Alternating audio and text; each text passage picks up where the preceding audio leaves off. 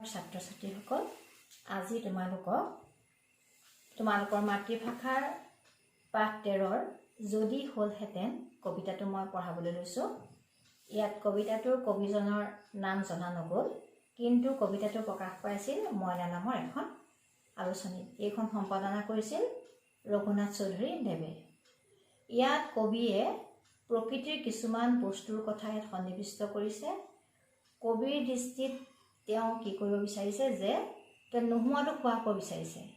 এইটো এটা হাস্য ৰূপৰ এটা কবিতা, মানে পঢ়িলেই হাঁহি উঠা, যিটো নেকি কেতিয়াও নহয়, কিন্তু তেওঁৰ দৃষ্টিত তেওঁ সেইটো কৰিব বিচাৰিছে, হোৱা কৰিব বিচাৰিছে।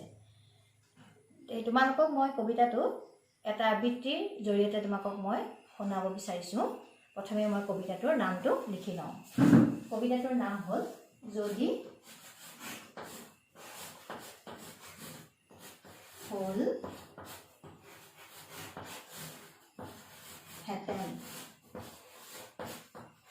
যদি মানে এইটো সম্ভৱ নহয়, কিন্তু যদিটো এনেকুৱা অৰ্থত ব্যৱহাৰ কৰিছে যিটো নেকি সম্ভৱেই নহয়, তে আমি তেনেকুৱা অৰ্থত যদিটো ব্যৱহাৰ কৰোঁ।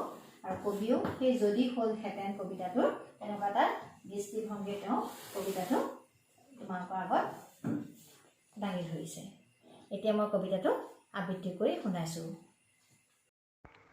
যদি হ'লহেঁতেন, সাত সাগৰৰ পানীবোৰ যদি হ'লহেঁতেন গৰম চাহ, কি যে মজা নহ'লহেঁতেন বাহৰে বাহৰে বাহ।